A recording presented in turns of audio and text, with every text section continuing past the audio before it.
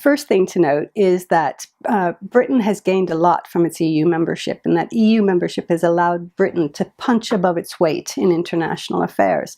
So with Brexit, Britain loses the ability to use the EU to back up its own foreign policy positions. It loses the ability to use the promise of trade agreements, of EU trade agreements.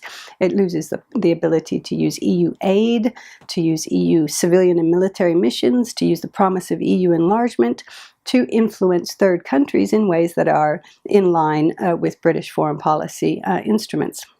A second implication of Brexit for British foreign policy is that Brexit occupies a lot of government time and resources, and that is draining attention and resources away from British foreign policy.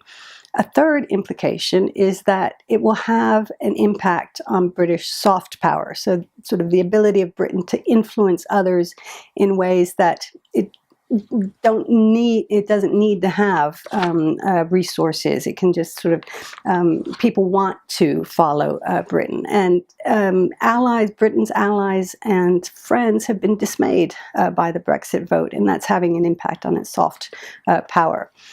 Finally, from the outside, Britain is going to find it difficult to shape EU decisions. It will be outside the rooms where decisions are being made. And in order to try to have an influence on Britain's ability to shape EU decisions, it's going to need to contribute ideas and resources, put things on the table to try to gain some sort of influence over EU policymaking, and that could be very challenging indeed.